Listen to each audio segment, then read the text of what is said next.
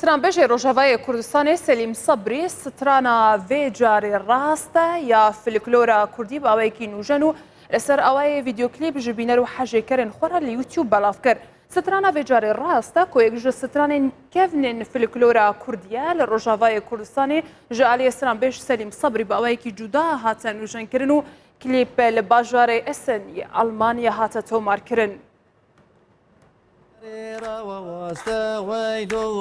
ككن بجاري ورواستوى بجاري راستويلو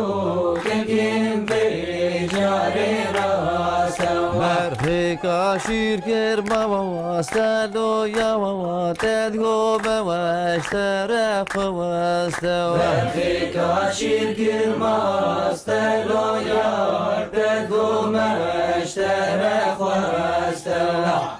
حوشت ساكيني ويلو ككم حوشت ساكيني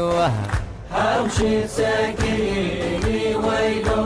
ككم حوشت ساكيني عبال من راكيني لوب سوارتا توب راكيني عبال من راكيني لوب سوارتا